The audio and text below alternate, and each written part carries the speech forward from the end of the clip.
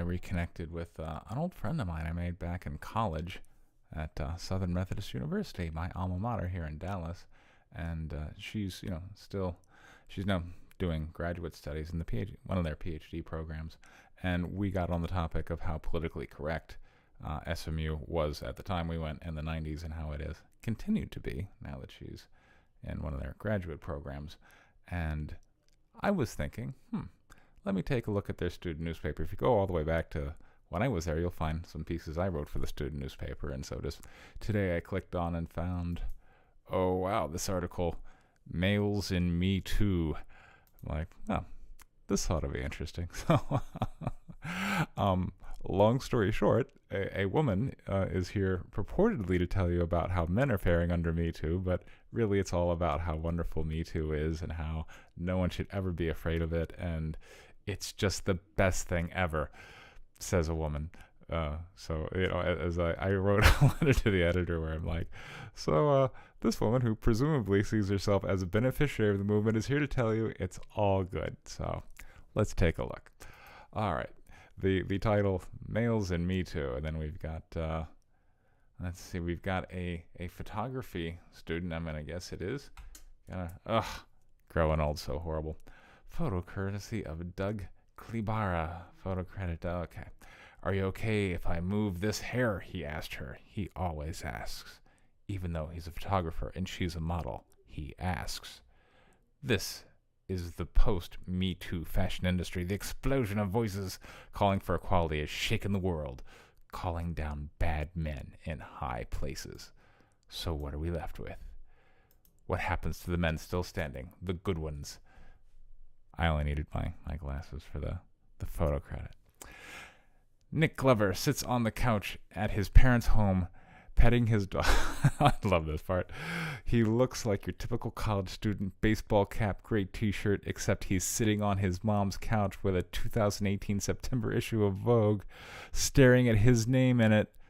That's pretty prestigious. One of his photos has made it on an advertisement in the regional copies of the Beyonce issue. So in the regional copies, meaning I guess presumably just Texas or the Southwest, in one of the ads, he got one of his pictures featured. As they used to say back in my day, well, that and a quarter will get you a cup of coffee. I mean, she then goes on to basically say like, wow, isn't this fantastic? He's breaking into the fashion industry using all these Me Too techniques. Hasn't it just made the world a better place? Let's keep going. Let's see. His goal was to have editorial work published in Vogue before 30, but this came pretty close. Glover is 22 and just breaking into the fashion industry. He's not even studying fashion at UTD. If this is SMU, shouldn't we be focusing on an SMU student? Oh, well. He just loves it. He traveled the world working photo shoots for various magazines, and he's really good at it. But Nick wants to be different. As a complete aside, the way women are, from what I hear, I don't work in fashion photography. I do movies and comic books. But from what I have heard, women are not treated particularly well in fashion photography. They are very much objectified,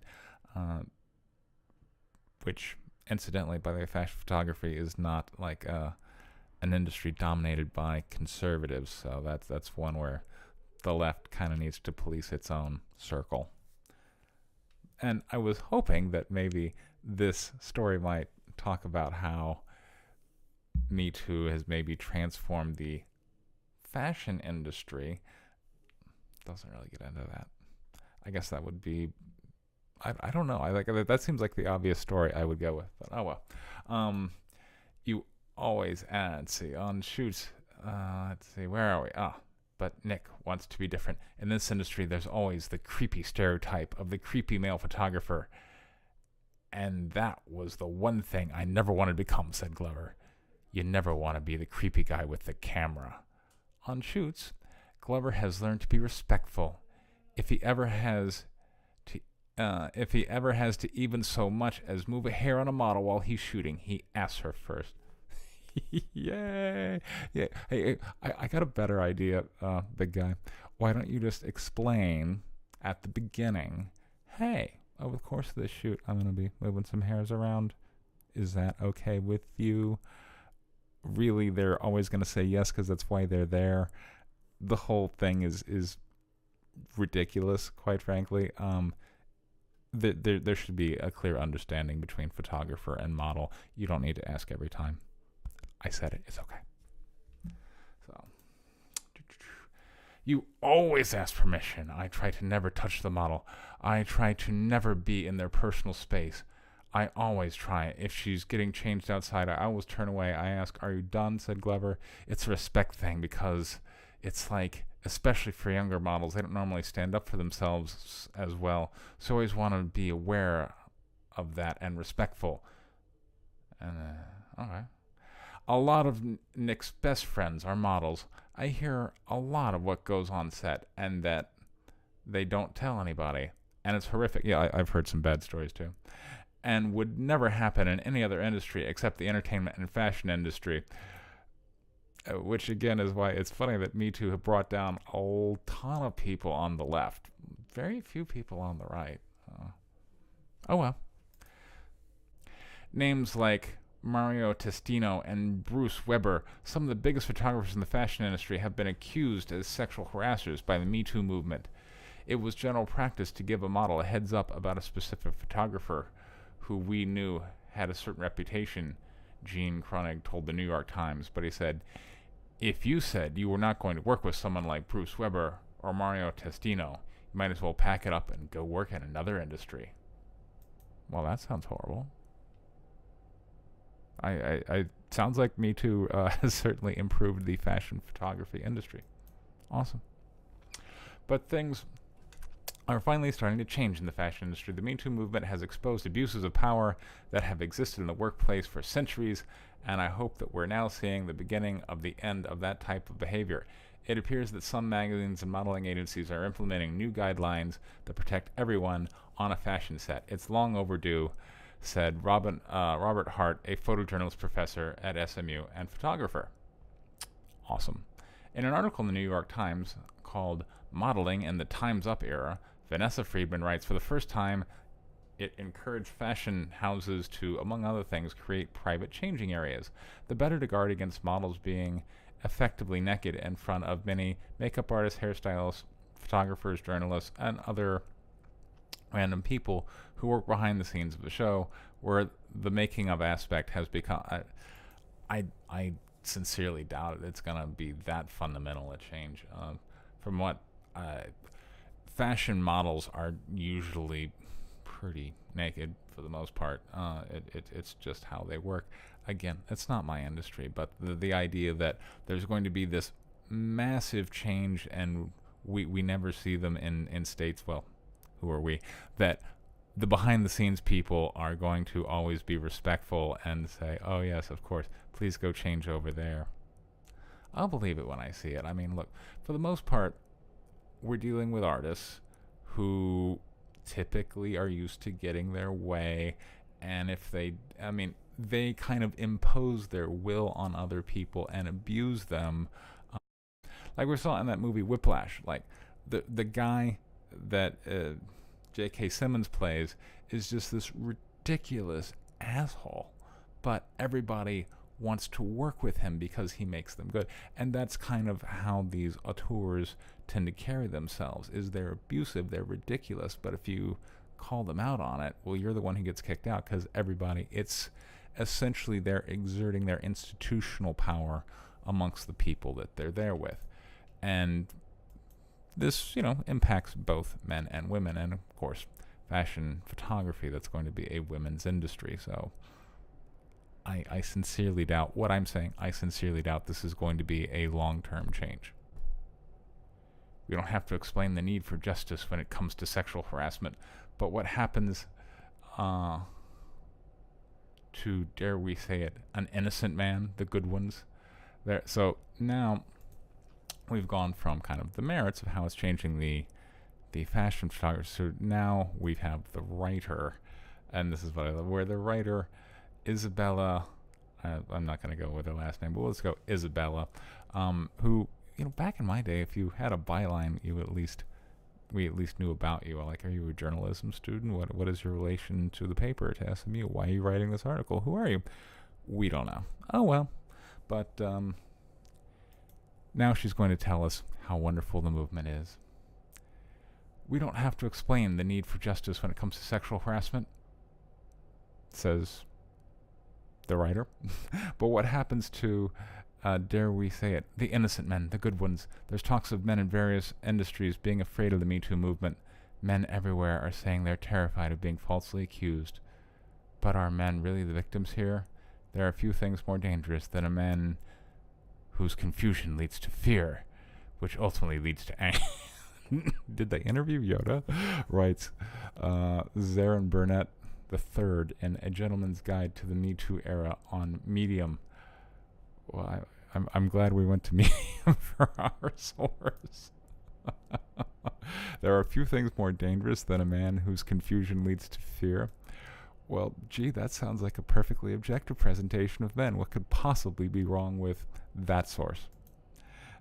Right now, many men are confused. Some are downright scared. Many believe that women wield a new form of power. Well, I mean, they kind of do. I mean, we all do in this Twitter mob era where we can all just use a hashtag and exert political pressure on people.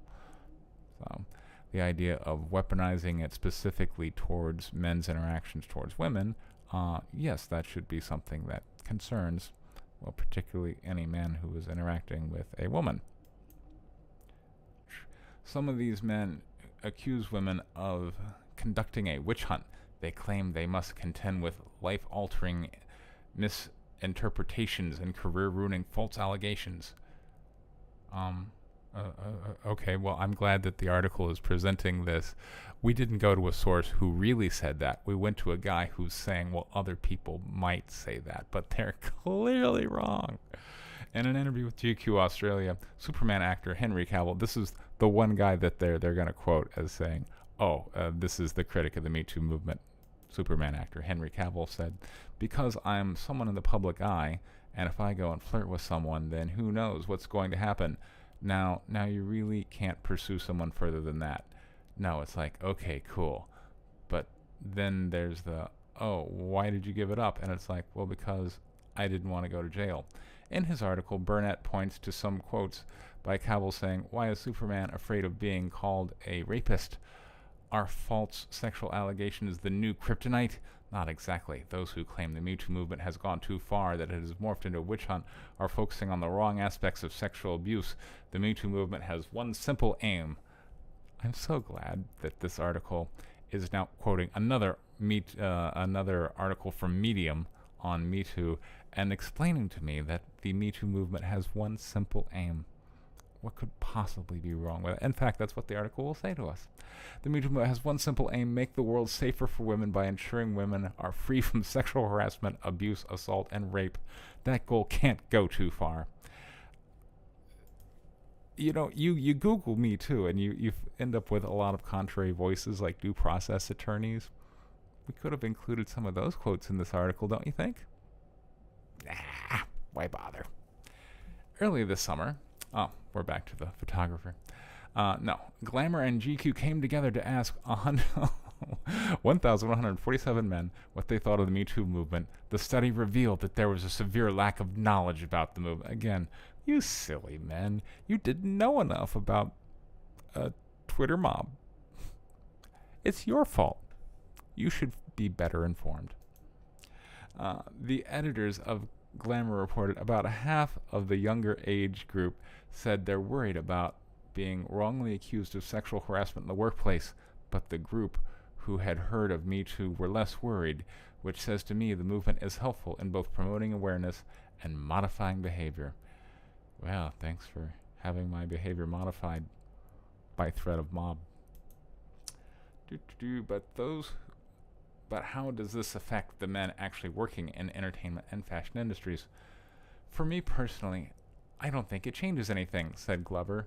If anything, and I don't want to sound conceited, but if anything, it makes my reputation better, because every model I speak to says, you're respectful, you're so nice on set, and you make me as and you make us very comfortable. If they would have gone with a more established guy, I think this quote would have more credence. But this 22-year-old, who so far has managed to score a picture in the ad section, in the regional section of one issue of Vogue.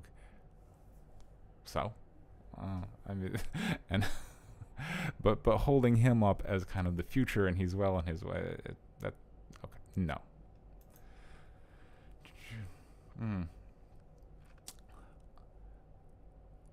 Jenny Davis, a stylist that has worked with Nick many times, can attest. Boy, we're really hammering this one home. Can attest to Nick is the ultimate professional on and off the set. He treats everyone with respect, regardless of gender, race, and sexual identity, says Davis. Huh. That's a thought. I'm glad that the writer inserted herself to let us know that this was the correct. Hey, pay attention. I mean, look, as the writer, you put this person in your article. Presumably, you want us to reflect on what they're saying. You don't need to then go, is this how journalism is these days? That you as the writer go, hey, pay attention. That thing that just said, that's the correct thought. You should listen to it. Ugh. Other photographers working in the fashion industry are all for the Me Too movement. I've always felt that my professionalism is indicative of who I am, both at work and in my personal life, so my behavior hasn't changed, says Hart. I guess that's the professor at SMU. I think it puts everyone, not just men, on notice that abusive and predatory behavior won't be tolerated. I believe that predatory coercive behavior is not just unethical, it's despicable. There's no room for that behavior in any setting. Me Too has driven a stake in the ground and says from this point forward, this behavior is career-ending. That hasn't been a job where I worked on location where a male bystander hasn't hit on or aggressively catcalled, says Holtrichter. Growing up a male in the countryside, you really become obvious to the daily shit women have to go through, and if men need to be a little cautious, good, it's about time. It is as simple as being a good human, so I really don't have any empathy with men that seem attacked by this movement. Ding, ding, ding. That's where the writer needed to go. Yes, I completely, totally agree, and so should you. I can't believe she missed an element to insert herself yet again on her little soapbox. Shame on you.